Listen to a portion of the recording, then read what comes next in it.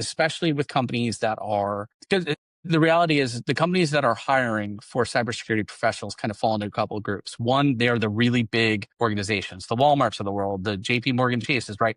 Those Fortune 50, they have the budget, right? They have the budget to go hire folks, and they're more prone to hire junior folks, right? When you start moving down the Fortune list, right? You go down, down, down, down, down. You get to the organizations that have a combined IT and security department, right? They're all one. And those folks typically don't hire dedicated security personnel unless they're almost forced to, right? When I say forced to, I mean, they've probably recently experienced a large breach and their eyes have opened, right? And they go, oh my goodness, we've got all these people wearing multiple hats. How are they focusing on only one thing, right? And then when they go into that mode of now we've got to hire, right? Immediately, what do? They go to experience, right? They want those experience hires. And so those folks aren't hiring the juniors, the straight out of college people, right? Which forces this weird, odd path to try and get in, right?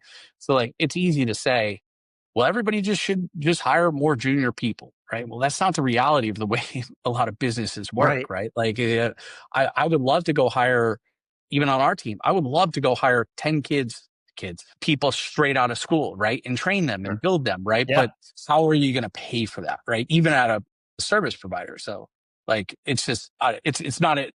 I don't know that there's one single answer. This is how you do it, right? My 2 cents, my thoughts. I've got an anecdote here, and then I have a follow-up question for you because you hit on something that I wanted to talk to you about.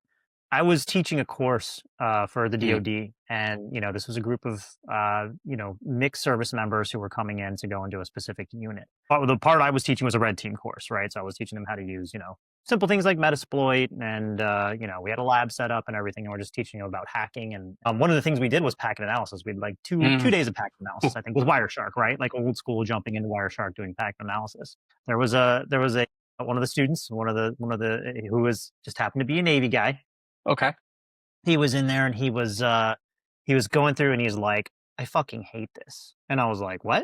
And he goes, I don't, this is very tedious. I don't like looking at the hexadecimal breakdown of packets. And I was like, you need to go and talk to your detailer and you need to tell them that you don't like this because you're about to go into, like, this is the unit you're going into. This is what they do. And if you don't like this, then maybe this isn't the right place for you. Right. And look, I wasn't like chastising him and being like, oh, like the military would usually do. It was like, no, you need to go tell somebody that this is not fun for you because otherwise you're going to be stuck in this billet for 4 years and you're going to hate it and you're probably going to get out of the Navy even if you would have made it a lifetime career anyways, right? Yeah. So that's always kind of stuck with me as like, oh, that was a point in my career, and it was kind of a little bit later in my career, but then I was like, I do like doing that. Like I really I love looking at the breakdown of I love knowing how computers work on that visceral level, right? And most of the men and women that I've worked with who are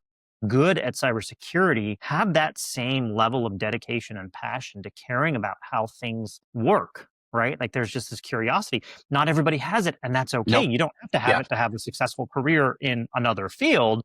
But if you want to have a successful career in cybersecurity, and I'm sure there are some CISOs out there listening right now that are like, I have my MBA. I've never, been on the soft floor before in my life. I don't even know what you're talking about. What's Wireshark? Who have had successful careers or semi-successful careers. I'm sure that's happened. Yeah, well, the success depends who's asking. Right.